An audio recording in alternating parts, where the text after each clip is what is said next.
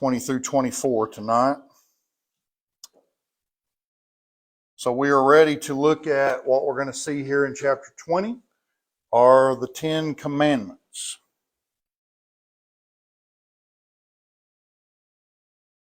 Get this to work. There we go. All right. So in the first 17 verses, chapter 20, we see this is where God delivers the 10 Commandments to Moses. And you'll notice, I think, your first question on your homework for this week, what is the Decalogue?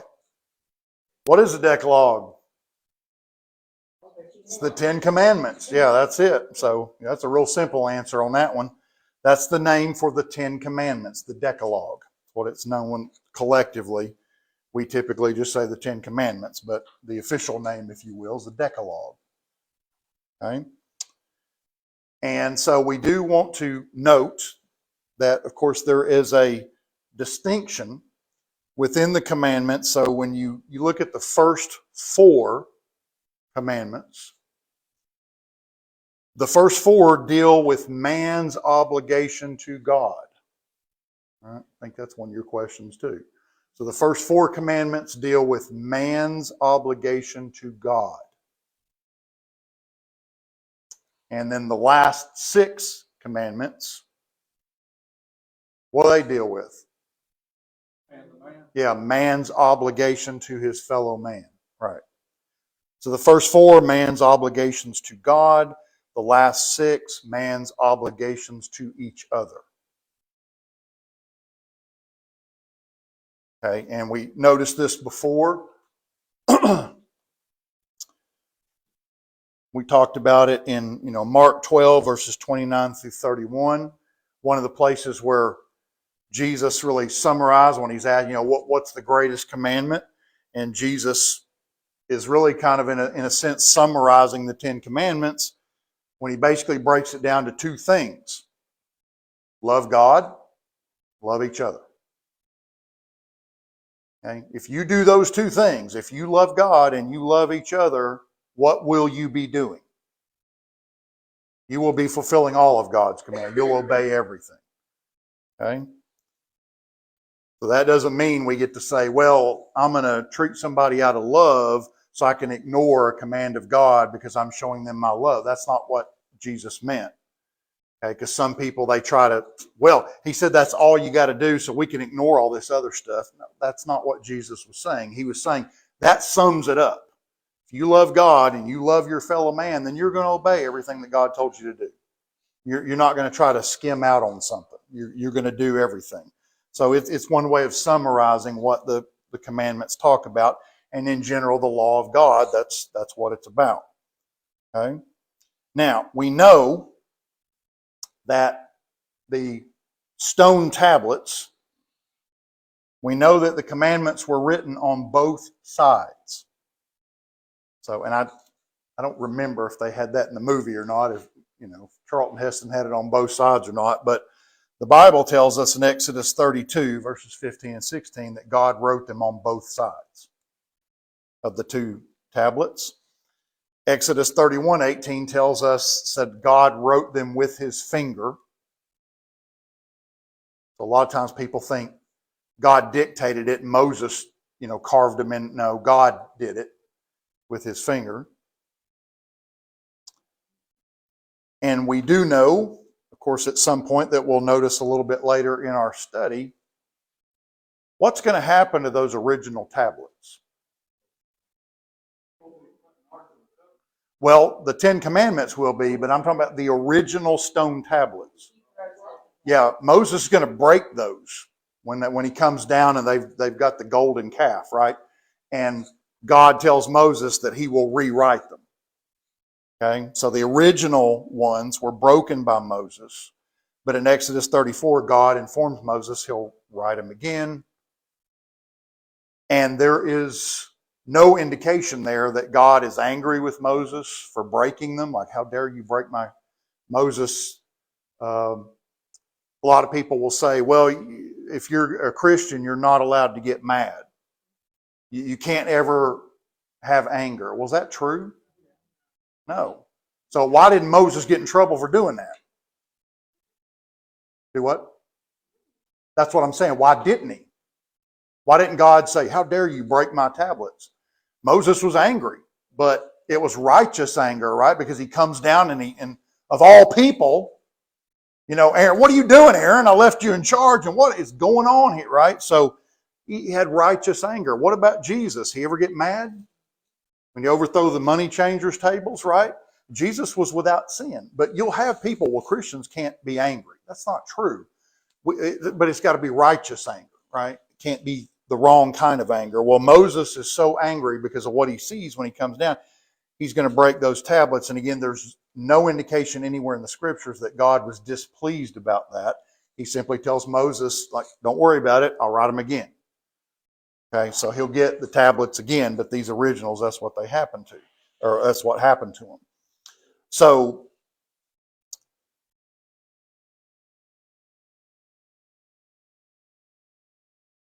we want to notice, of course, that Jesus took away the old law, the law that we're studying here, getting ready to study. He took away the old law because what did he do? The Pharisees accused him of violating the law. He said, I didn't violate the law. What is he doing? Yeah, I came to fulfill the law, right? So he is going to end it because it had served its purpose. It was fulfilled. So Matthew 5:17, Jesus said, think not that I come to destroy the law or the prophets. I'm not come to destroy, but to fulfill. Because the Pharisees were accused, you're not obeying the law. You came to kill it. No, he came to fulfill it. And then we see in Colossians 2:14, blotting out the handwriting of ordinances that was against us, talking about the old law, which was contrary to us, and took it out of the way. How did he do that? Nailing it to his cross. Okay, that's what happened to the Old Testament. That's what happened to the old law. Okay, but we do want to notice before we say, well, doesn't that mean the Ten Commandments are irrelevant? Not at all. Okay, because what we're going to see as you go through the New Testament, that 9 of these 10 commandments are restated in some form, and you have that one of the handouts that I gave you. 9 of the 10 are still in some shape, form, or fashion part of the gospel of Christ. Okay? Which one is missing? Keep the Sabbath holy, 4th commandment, right? That's the only one that's missing. Okay, so we do want to note that. So, and again, that's that chart that I gave you. You'll see the scriptural references there for where you can find New Testament references to 9 of these 10 commandments, but you don't see the command to keep the Sabbath anywhere in the New Testament. Okay? Now, we want to note as well that a lot of people have trouble seemingly understanding this, because not just about this, but about all of God's law. You notice they're called the 10 Commandments. They're not called the 10 Suggestions. Right? God's not saying, well, here's a few thoughts I had, but you don't really have to go by it if you don't want to. Just thought I'd throw it out there because I was bored and I didn't have anything better to do. Now, these are commandments. They're not suggestions. Okay? Neither Moses nor Aaron nor any of the Israelites got a vote on this. Okay? Who's for the first commandment? Who wants that? Oh, you guys don't like that? They didn't get to vote on it. God decreed it. Look, this is the way it's going to be. It's not open for debate or discussion. You don't get to vote on it. You don't get to make amendments, alternatives. Now, is that true in the New Testament for the gospel of Christ? Just as true, right? We don't get to change it because we feel like it. Well, I don't like that one. I'd rather do something else. Well, it's not up to us. What God has commanded, that's it. Okay? And so everybody needs to understand that, and so many people think, well, they can make alterations or do whatever they want. So let's look at each one of these. First of all, the first commandment in verse 3. This prohibits all forms of idolatry. Okay? Now, why is that? You don't want to have any other God. Right. There's only one true God. That's it. Okay? We've talked about all the false Egyptian gods. You saw what good they did. Right? There is only one God. So this would include a prohibition against the polytheistic religions of Egypt, which they would have been familiar with. The polytheistic religion of the Greeks, of course, the Romans, when they come along, anything like that, it prohibits all those things. There is only one God. Okay, so a lot of times we think of idolatry just in that form. Say, well, I don't practice idolatry because I don't have a Buddha statue in my living room. And that's one form of it, right? But can idolatry include other things besides a wooden or a gold statue in my house? Okay? You got all kinds of things that can be idolatrous. You could talk about, like we were just talking about a while ago, people's hobbies, right? Told Sid, get your priorities straight. Well, Sid had his priorities straight. He wanted to put God first. That guy wanted to put that class first, right? So people's hobbies get in the way.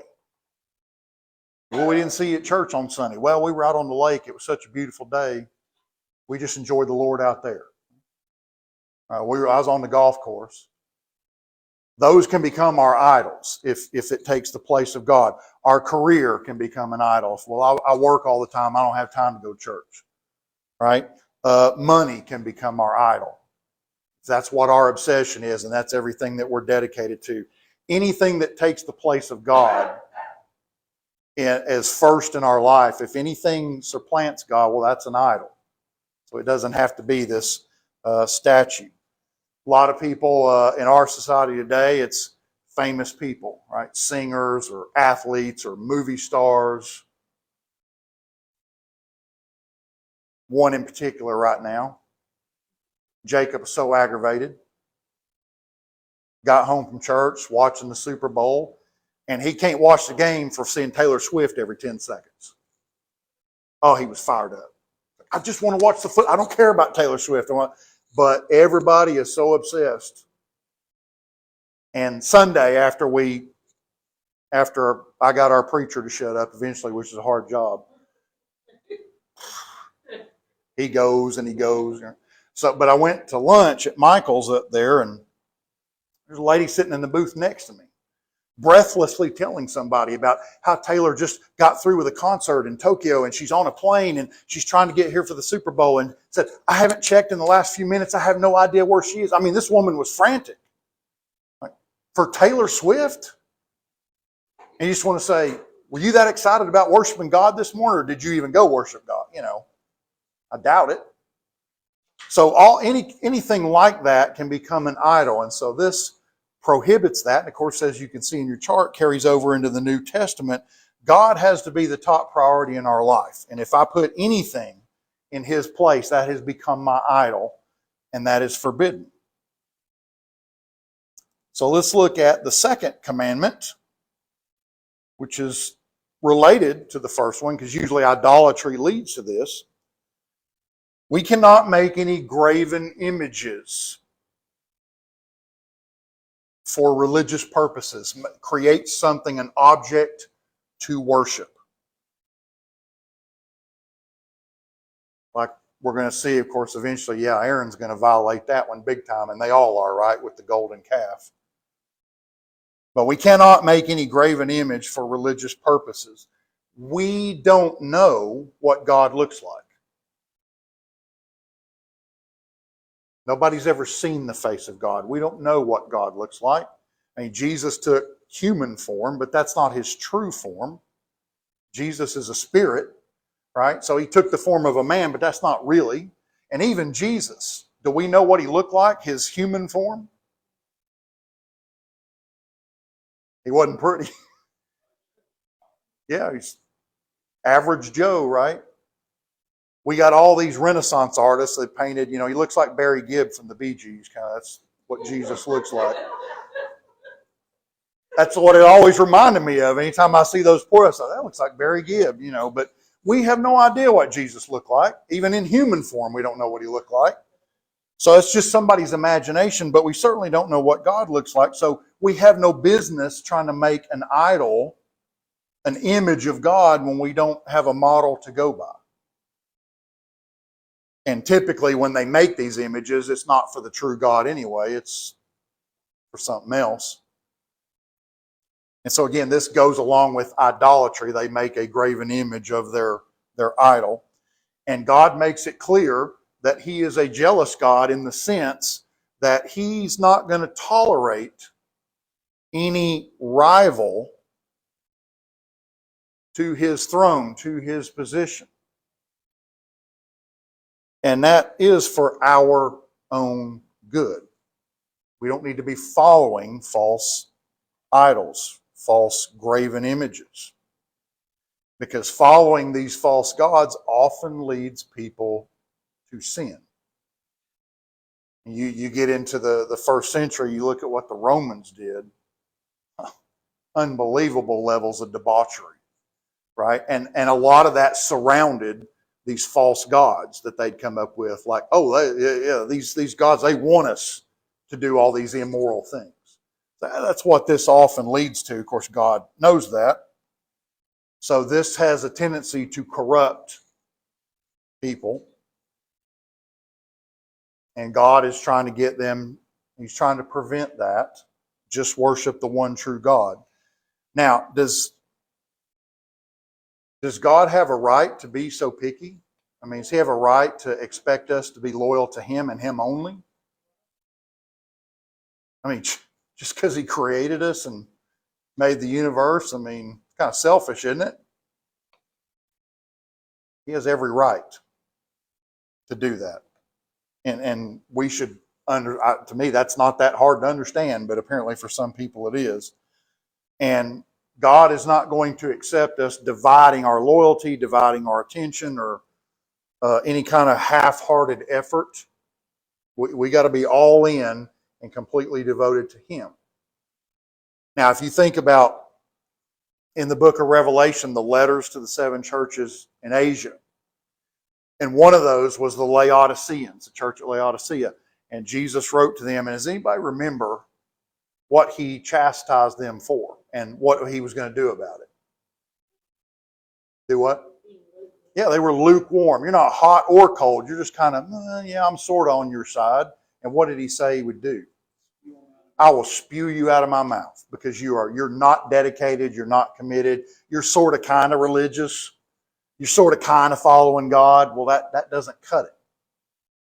And just like us, if we eat, there are some things that are okay at room temperature, but a lot of things you think of, ice cream needs to be cold. It doesn't need to be lukewarm.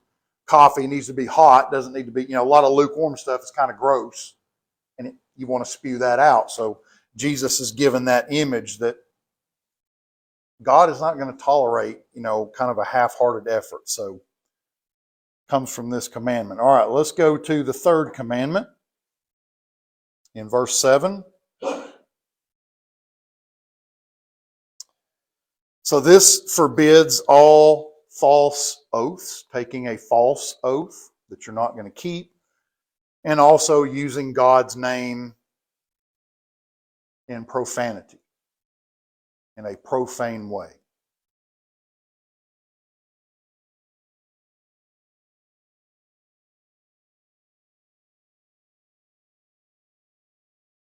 Okay, skipping ahead a little bit, we see in Leviticus 19 and verse 12, and you shall not swear by my name falsely, neither shalt thou profane the name of thy God. I am the Lord.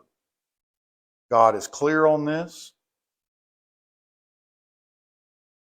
We are not to take his name in vain. Now, what is that term vain? What does that mean? Yeah, useless. It's void. It's of no effect. You're wasting your time. Okay, and God talks about vain worshipers, right? You're wasting your time. So if we use God's name, it's empty, it's meaningless, it's void. We should have reverence for God's name, and so we're not to use it in that sense. Now, notice what Jesus said in Matthew 15 and verse 8, because we can do this if we profess to honor God, but then we don't really honor God. We're professing Him in vain. Matthew 15:8, this people draweth nigh unto me with their mouth and honoreth me with their lips, but their heart is far from me. Okay, so saying, I'm using God's name, but not in the proper way. So this would include, and this is one of the biggest ones you see today among a lot of, religious people. Obviously the heathens, they're going to cuss and, use horrible language, but this would also include using God's name flippantly, casually. Okay? So a big one today is OMG. And I think we all know what that means, right? And so people put that in their text messages, emojis, OMG, for insignificant things. Right? Oh, I left my shoes. OMG. Like, really? You got to use God's name for that? But it's just an everyday conversation. I heard this all the time when I was a school teacher. But it's just taking God's name in vain. It's not the proper way to use it. Or you've got these euphemisms, right? Golly, gosh. Those are just substitutes for God's name, and that's taking His name in vain. So we need to stay completely away from these things. And our modern culture, does this kind of stuff all the time. And a lot of religious people probably do too, just don't think that much about it. But God is clear about this. It's like, when we speak the name of God, it needs to be in reverence. There needs to be a amount of fear and respect there, not just in casual conversation. So let's go to commandment number 4.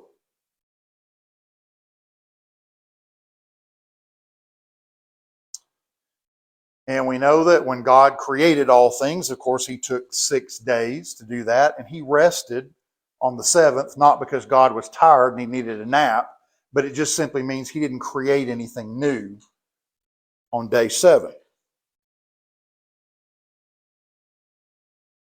Which, by the way, have you ever wondered why is a week for us? Why do we have a 7-day week?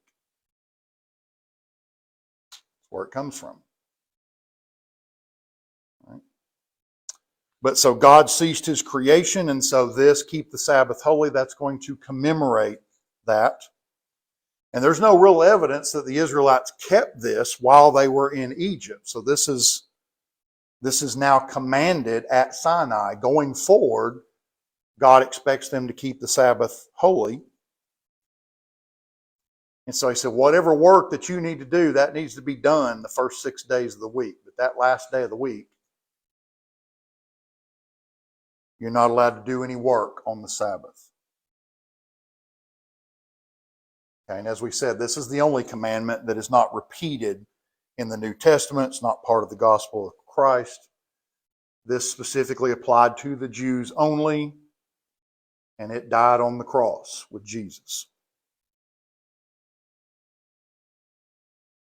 Because we saw again that Jesus fulfilled the law and Jesus ended the law because it had served its purpose, and God always intended for this to be a temporary, it's not a permanent thing.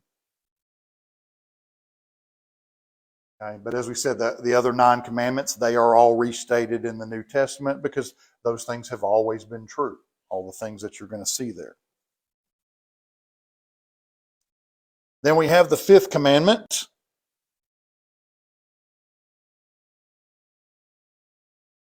Honor thy father and thy mother, that thy days may be long upon the land which the Lord thy God giveth thee. So beginning with this commandment, again, now we've got man's relationship to man. So the first 4 were obligations to God. This is how we treat each other. So we see in Ephesians 6, 1 through 3, this is called the first commandment with promise, because you see there's a promise attached to it here in Exodus 20. honor them, that thy days may be long upon the land which the Lord God giveth thee. So that it includes the promise there.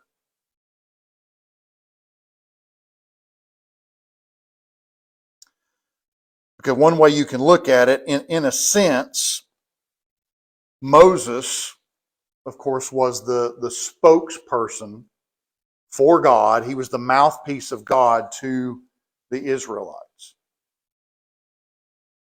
Well, the way God has designed it, the parents, at least they're supposed to be the spokesman of God to their children.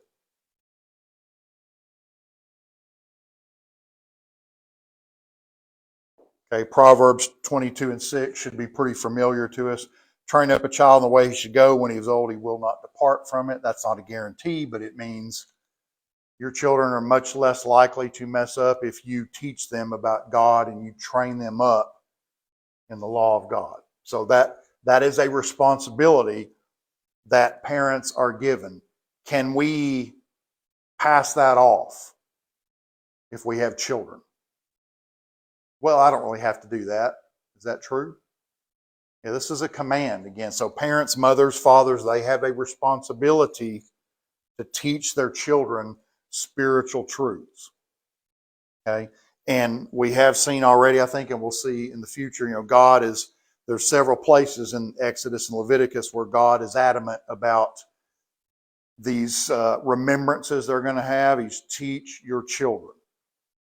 You have a responsibility to teach your children, your grandchildren, your descendants, so they will know these things because they didn't see them firsthand like you did. So you have an obligation to teach them.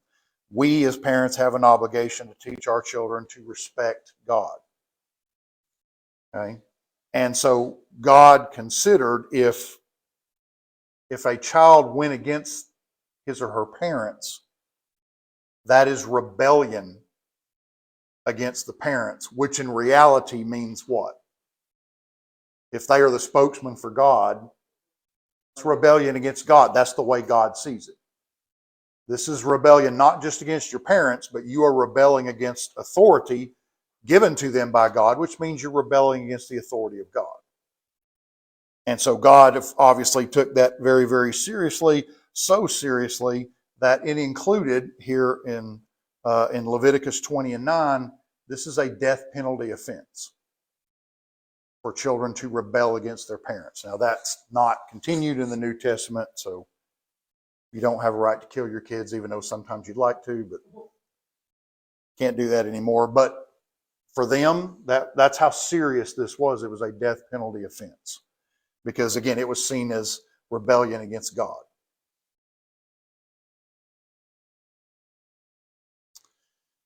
Then in verse 13, we have the sixth commandment, thou shalt not kill. Okay? And you have a lot of discussion in our modern culture about this one. A lot of people misinterpret this. This will be people, they'll pull this up. They maybe know enough about the Bible to be dangerous, and they'll argue against the death penalty or things like that. Well, God says you can't kill.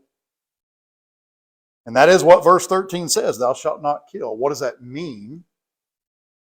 What God is forbidding here is murder. He is not forbidding all kinds of killing. Now, how do we know that? Yeah, there are other scriptures that would violate. How many times in the Old Testament did God command his people to go out and kill others? I mean, what are they going to do when they get to Canaan? They're going to conquer them. Well, the Canaanites aren't just going to go, oh, okay, y'all can have it. Right? They're going to have to kill them. And God told them to do it. Well, would God violate his own command? No. So it's not talking about all killing. It's specifically a command against murder. Okay? Now, we know this. Look at what Jesus said, Matthew 19:18. When Jesus is talking about the 10 commandments, he saith unto him, which? Jesus said, thou shalt do no murder. How he phrased it. Thou shalt not commit adultery. Thou shalt not steal. Thou shalt not bear false witness. So he's going through the list of commandments, and when he talks about this one, he says that specifically, thou shalt not murder. the word he uses. Okay? Because if not, if you can't kill any at all, well, what about self-defense? If somebody broke into my house and they're going to kill me, or they're going to kill my wife, they're going to kill my son, do I not have a right to fight back and defend my family? Of course I do. God is not telling it, well, you just got to sit there and let them slit your throat. No, you don't. Self-defense is not murder. So that's authorized. You can do that. What about in war? Soldiers in war. Is that okay? Yeah, because God did it, right? There are a lot of, like I said, there's a lot of times he told them, I want you to go out. And we already saw where they fought the Amalekites. And what did God say he was going to do to them? I'm going to utterly destroy them, right? And he's going to use people to do that. God's not going to strike them dead with lightning. He's going to use it. Go out there. I want you to utterly destroy them. Kill all the people, kill all the animals. I want you to wipe them out. Well, that would violate this commandment if God was just saying you can't kill at all. So war is not covered under this commandment, but we do want to make this footnote.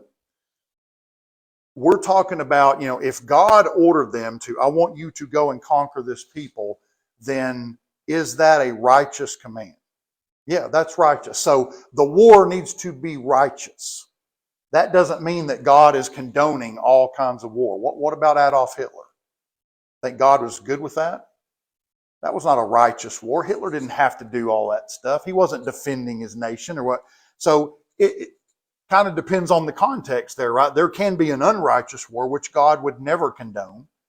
Hey, we just decided we'd beat up these people for no reason. We just thought we'd kill them for no reason. That's not going to be acceptable to God.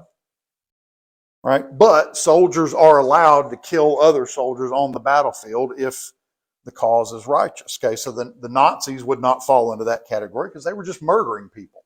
And that's what you can't do that. So that's what they were guilty of. But as we said, God ordered his servants on many occasions to kill people because that was God's justice against the wicked. Right? Hitler wasn't killing people because they were wicked. He was killing because he didn't like them and he wanted everybody to be a pure-blooded German. Well, that's not a good enough reason. That's not a righteous reason.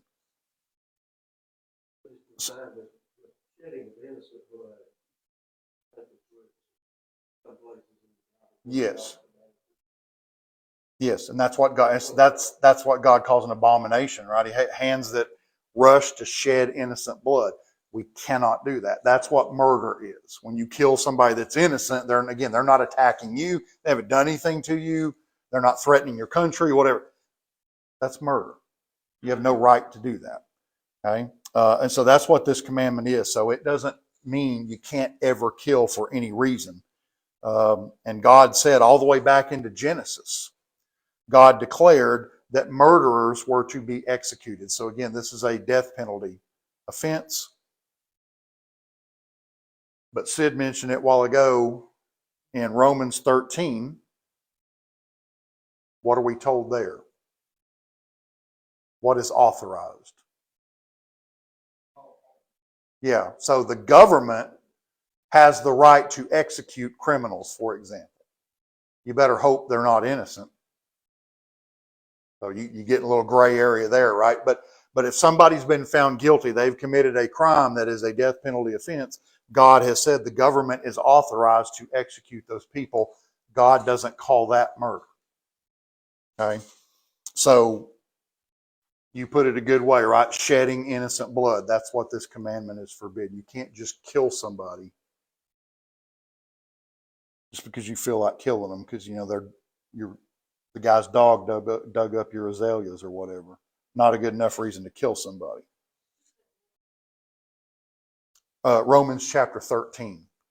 It talks, you read that chapter and it authorizes governments. And then one of the things it does in there is authorizes governments to execute people. So we're not supposed to do that as individual citizens, but the government has the authority to do that. And who created governments? God did in Romans 13. Yeah, he's saying governments are authorized because we need to have those. All right, then in verse 14, we got the seventh commandment, thou shalt not commit adultery.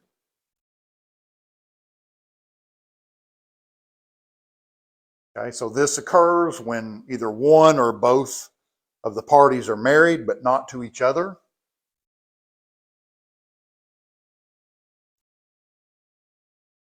And we all know that this sin, it sure does cause a lot of destruction in its wake. It destroys families. It's a horrible thing. So under the law of Moses, this also carried a death penalty because that's how serious it was. Now, John 8:11, Jesus did away with that. They didn't kill people for it anymore, but was it still a sin? Oh, absolutely. And so if you don't repent of it, you're going to have death, all right. What kind of death? Spiritual death, right? But the physical death was taken away. But that's how serious it was for the Israelites. God said anybody caught doing this, they're to be killed. Because this was not supposed to happen at all.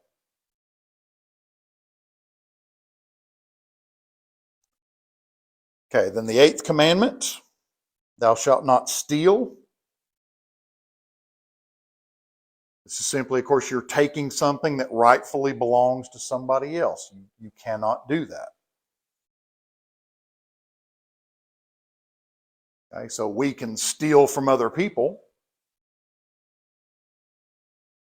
and God forbids that. What about, is it possible for us to steal from God?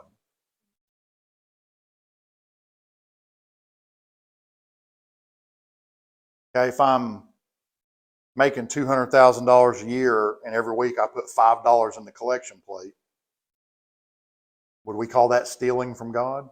Yeah. Right? I'm making a whole lot I need to put more than $5 in. Right? There are some people that may be poverty stricken and they really can't put much in, but that's why Jesus said, as you've been prospered, right? But if I'm not giving the amount I should be giving, then I'm stealing from God. That's what I'm doing. I'm not giving him what I should. So we can steal from each other. We can steal from God. Those things are forbidden. You're not allowed to do that. All right, the ninth commandment. Thou shalt not bear false witness against thy neighbor. This is really a prohibition against lying. Okay, now this can be in court, but really it can be any time. We are supposed to tell the truth. If we are followers of God, we tell the truth. So this would include if you speak falsely about someone, or it would also include, what if you withhold the truth to hurt somebody? I know something that would clear somebody, but I'm just going to keep it to myself. Well, that's just as bad. We got to tell the truth. We got to make sure the right thing is done. What about telling a half truth? Think God's okay with that? No. Well, I sort of kind of told the truth. I just left part of it out. Can't do that. We got to. You've seen all the TV shows they used to do. You go to court and do you promise to? Come on, say it with me. What is it? Yeah. So help you God, right? The whole truth, nothing but the truth. So help you God. Yeah. The whole truth. Well, could I just sort of give you half up? No. The whole truth, right? So there's no such thing, and you'll get religious people that, well, it's okay if you just tell a little white lie. Well, how little is little?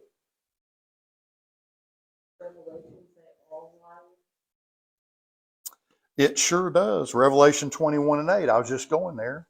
You stole my thunder. That's all right. No, yeah. All liars will what? Where are they going? Yeah, they'll be cast into hell. All liars, not some of them, not the ones that tell the big whoppers, not just them. I don't remember reading anywhere in my Bible it says, thou shalt not lie, but it's okay to tell a little white lie, whatever that is. Right? I remember in Forrest Gump, y'all ever see Forrest Gump? He's the ping pong. I didn't really use that paddle, but Mama said it's just a little white lie. I really didn't hurt anybody. Like, well, that's what your mama said, but you should have found out what God said. Right? But that's, we humans, we tend to, well, that's not really a big lie. That's not, well, God doesn't distinguish. This lie is okay and that one's not. He said all liars, right? And who's Satan? What's one of the descriptions for him? Yeah, the father of all lies, right? Pretty sure he's in bad shape. So this one's pretty clear as well.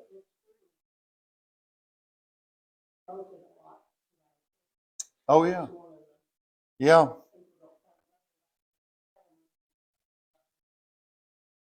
Yeah, because again, they think, well, it's just a little lie. It's not, it didn't kill anybody, But God doesn't make he doesn't distinguish between what's a bad lie and what's a good lie. There's no such thing as a good lie. So, but you're right, that this is one that's broken considerably. And then the 10th commandment, verse 17. Thou shalt not covet thy neighbor's house, thou shalt not covet thy neighbor's wife, nor his manservant, nor his maidservant, nor his ox, nor his ass, nor anything that is thy neighbor's. That pretty much covers it all, right? Don't covet. So this deals with the desire in the heart, that you want something that doesn't belong to you. And when you have that desire in the heart, a lot of times what does it lead to? It leads to the sin. It leads to the overt act. Right? And so this is a lot of where stealing comes in, adultery comes in, murder comes in. A lot of times that's where all those things originate. You want something that's not yours.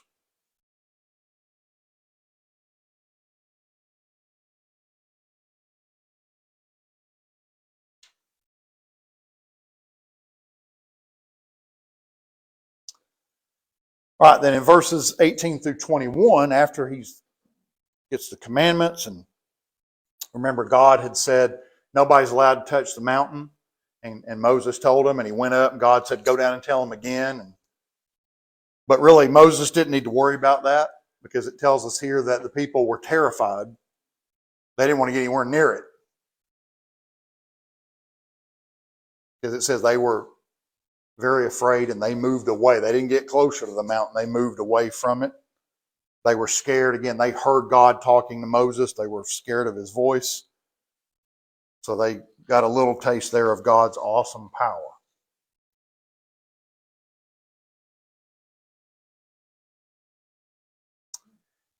And then to close out this chapter, God gives some instructions, very specific instructions about what is acceptable worship.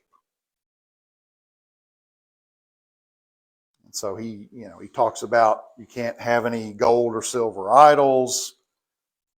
He tells them he just wants a simple altar, nothing fancy. Where do they need to build the altar?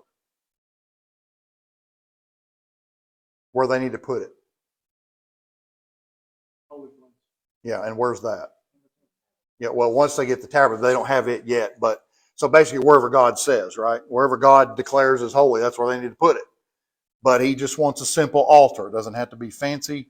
He wants them to focus on him and on the sacrifice that they're offering. So God is, in these verses, he's very, very specific about what he wants. And so is there a lesson in there for us today? Same thing. God is very specific about what he wants. And should we follow that? Or is it okay for us to deviate from it? Do exactly what he says. If he didn't say he wanted it, leave it out. He says he wanted it, and we better do it. It's not that hard. But yet people all the time, they want to deviate. And, well, we think this would be a good idea. Well, yeah, but God didn't think it was a good idea. So maybe we shouldn't do that. He's very specific, and he wants what he wants, and he asks for what he asks for. And this is clear in all these details that you see. And we're not going to go through all the details, but the main idea is God is very specific, he's very detailed, and he expects his will to be followed. You want to be a child of his. Okay? What you and I want is irrelevant. What God wants is the only thing that matters. So we notice that there are 4 different types of worship. I think that's one of the questions I asked you on your homework too. 4 different types of worship that the Bible talks about. So first of all, you have true worship. John 4:23-24, that's what God wants. It says God seeks true worshipers. Then we talked about this a few minutes ago, such a thing as vain worship. Matthew 15, where you are wasting your time because you're not doing what God says. But the world today will tell you that, well, as long as I'm worshiping God the way I see fit, but hey, I'm offering worship, God will accept it. That's what the world teaches. Is that true? We don't have to go very far in the Bible to find that out. Ask Cain. Did Cain worship God? He did. He offered worship to God. Was God okay with it? Absolutely not. Right?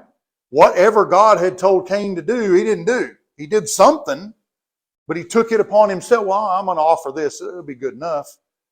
Well, obviously, if he'd done what Abel did the right thing. So we see already right there that all worship is not acceptable. But you have a lot of people today, well, as long as I'm worshiping, it doesn't really matter what I do, because God knows I'm offering worship, so he'll be okay with it. Well, the Bible doesn't teach that. So that's vain worship. You're wasting your time. Then we have what is called ignorant worship, which is similar. It's like, but some people, they do it on purpose because they're just stubborn. I'm going to do it my way.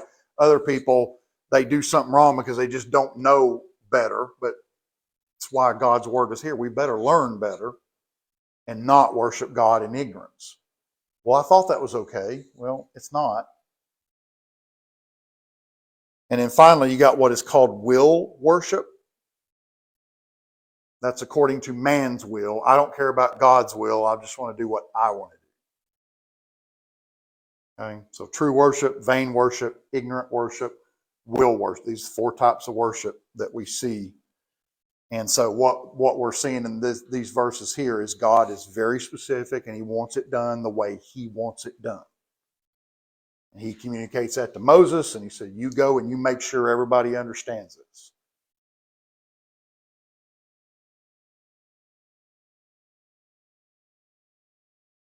All right, chapter 21.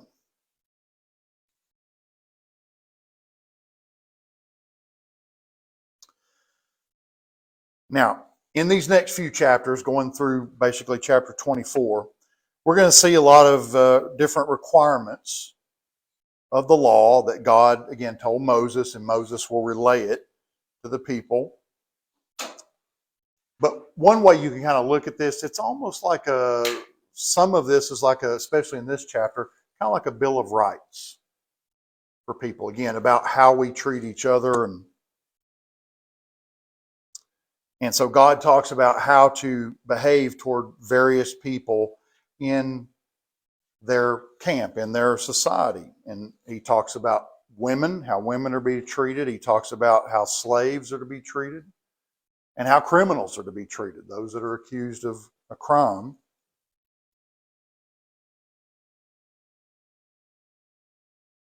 So you could kind of call it like a Bill of Rights. You know, everybody needs to be treated with a certain dignity in a certain way.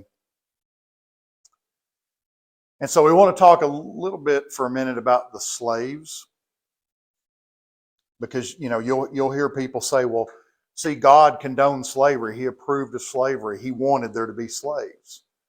Well, he never said that. But slavery existed. It was all over the world by this point. But there's a little bit of a difference between slaves in the Hebrew society as opposed to the rest of the world. And we know this in the historical record. So you don't just have to go to the Bible. You can even go to the secular record and find this out. Their system of slavery was not like the Egyptians or everybody else's. Okay? And so typically, and again, here God has rules. If you're going to have slaves, you got to treat them a certain way. What about in other society? Do you have to be nice to your slaves? No, who cares? But God said, well, if you're going to have one, you better treat them a certain way. You can't just do whatever you want. So he established that if you do have somebody that is a slave, we'll talk about the reasons in a second, they can only do that for 6 years. Can't be enslaved for the next 50 years. Like in most other societies, you were a slave for life. So only 6 years, and then you have to set them free. You have to.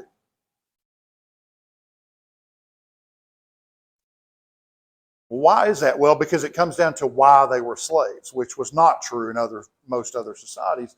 Why were they slaves here? Well, usually Hebrew people became a slave because they were sold into slavery, into bondage, because they owed a debt that they couldn't pay.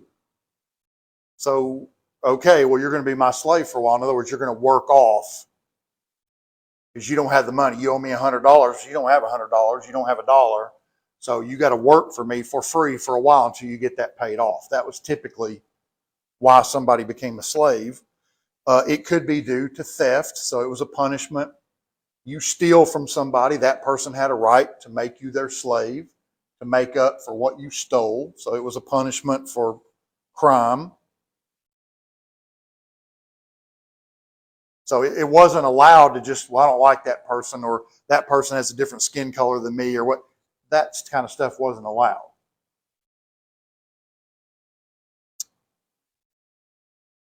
Now, parents, and they'll make a big deal out of this too, parents were allowed to sell their children into slavery. And when I say it like that, we all kind of get, what? That's awful. But again, that's kind of the language that was used, but what did it mean? Well, what it meant when they say God had rules about that, or if you're going to sell your child, you got to do this, that, and the other. What that meant was, it was like an apprenticeship. Okay, so if I have a kid and I'm going to sell him to Bob because Bob is a skilled craftsman, he has a trade that I want my son to learn. So what it meant for me to sell him to you would mean he's your apprentice. He's going to work for you for free, but is my kid going to get something out of it? Yeah, Bob's going to train him in that skill so that when my kid gets a little older, and again, because he can't be a slave forever, for a few years, but he's going to learn. But at the same time, Bob has to feed him, clothe him, house him, and teach him this trade, which I don't know how to do. Right? So I'm going to send my kid to him, but that's what they called selling him into slavery. But it's really like, I want you to teach him a skill. That way, when he finishes his apprenticeship, he can go out and he can do whatever job that Bob's doing. Does that make sense? Okay. So that's what they were talking about here, is to learn a skill. So these people were more like servants than the harsh system of slavery that you saw pretty much everywhere else. It was a little different here. And so we'll see when we get to Leviticus, they were instructed, God commanded them, you will not deal harshly with your slaves, your servants, those that are working for you. You will not deal harshly with them. You will treat them with kindness and respect. They're simply working for you to pay off their debt or whatever it is. So you don't need to treat them like they're beneath you. You're using them for work.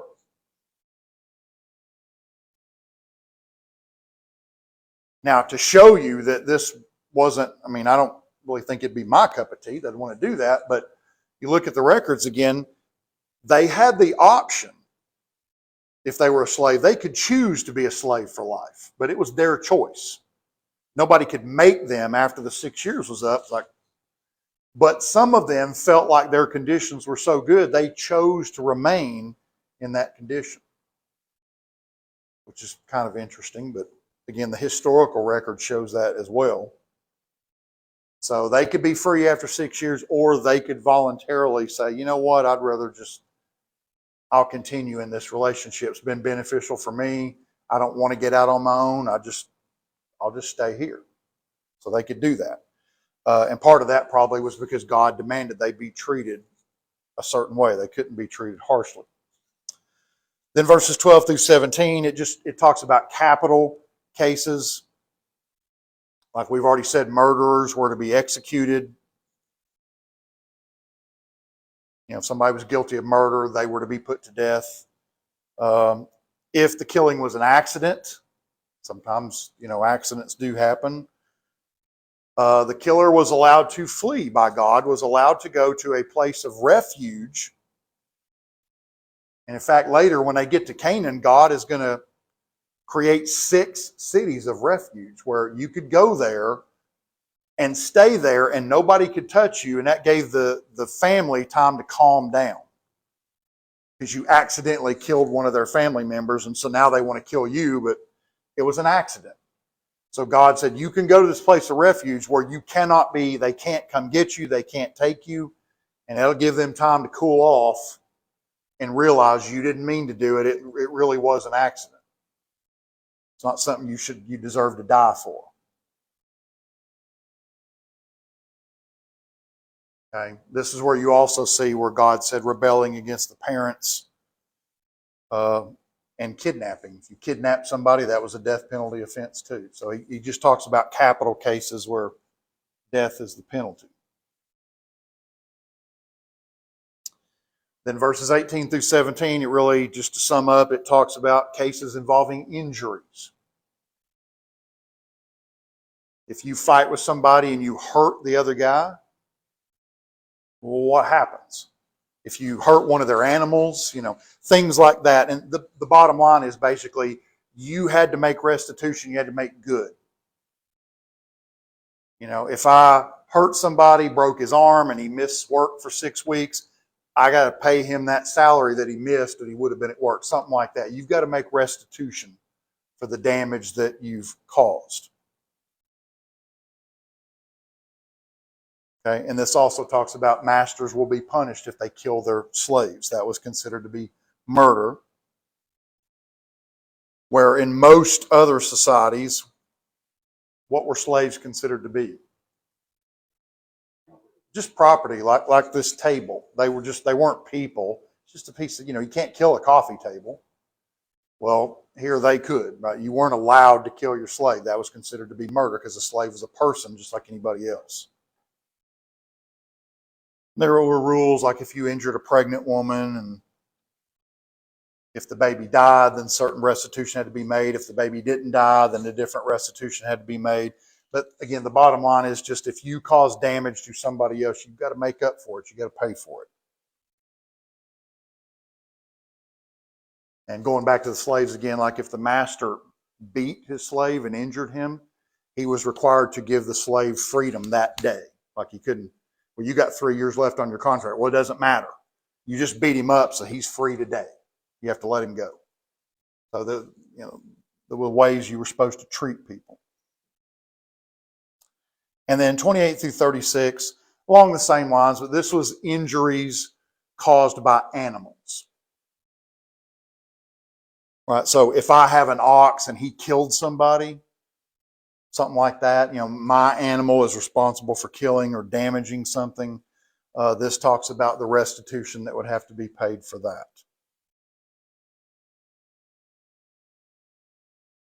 Okay. Injury by an animal or? Yeah, caused by an animal. Not so the verses before this is caused by people. But so if I hurt you, then I got to make restitution. But if I have an ox and he hurts you, I've got to make restitution for that too. Unless my ox has been known to be aggressive and I didn't do anything about it, then it's my fault. Okay? It's kind of like today, if you have a rabid dog and the dog bites somebody, who's in trouble? Well, the owner is going to be in trouble, right? Because you didn't take the proper steps. You knew that animal was dangerous. So same thing here. But if it wasn't that case and my animal caused damage to you, then I would have to make restitution for whatever had happened. Okay?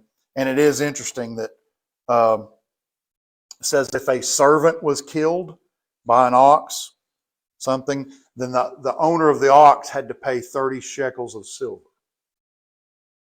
Now that sounds familiar. Yeah, that's what Judas was paid to betray Jesus, was 30 shekels of silver.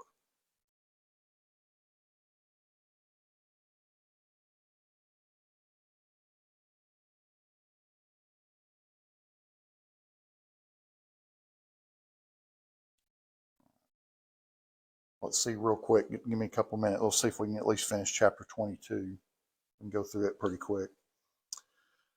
So 22 verses 1 through 15, this is laws dealing with theft and property.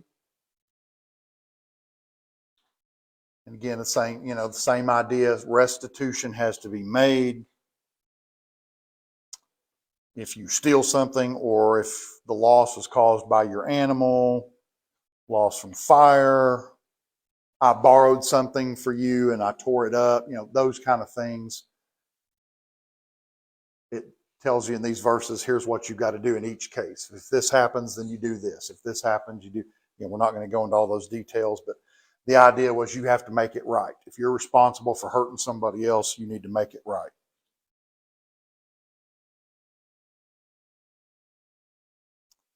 Okay, then verses 16 through 31, this deals with moral issues. Okay, a code of conduct. So one example would be, says if a man seduced a woman, he was required to marry her. And he also had to pay a dowry of 50 shekels. You see that? Talks about the dowry in Deuteronomy. So he's got to marry her, and he was never allowed to divorce her for any reason. So pretty significant penalty for doing that. And if the father refused the marriage, you still had to pay the dowry. Maybe the dad I don't want my daughter to marry you, but you'd still have to pay the dowry.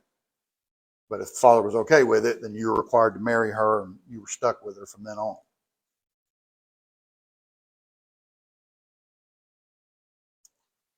Okay, this is where you see mention of things like bestiality, witchcraft, idolatry, all punishable by death.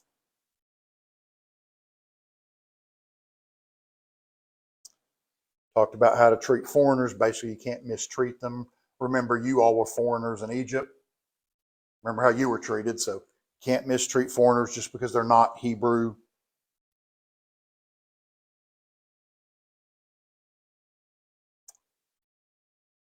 And it's also here where you see that if you loan money to someone, what could you not do?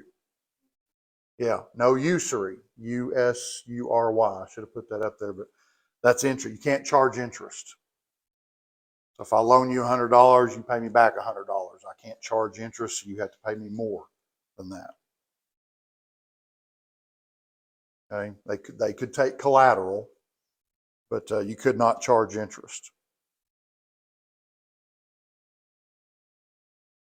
And so again, the idea is they had to respect God by respecting each other, how they're treating each other.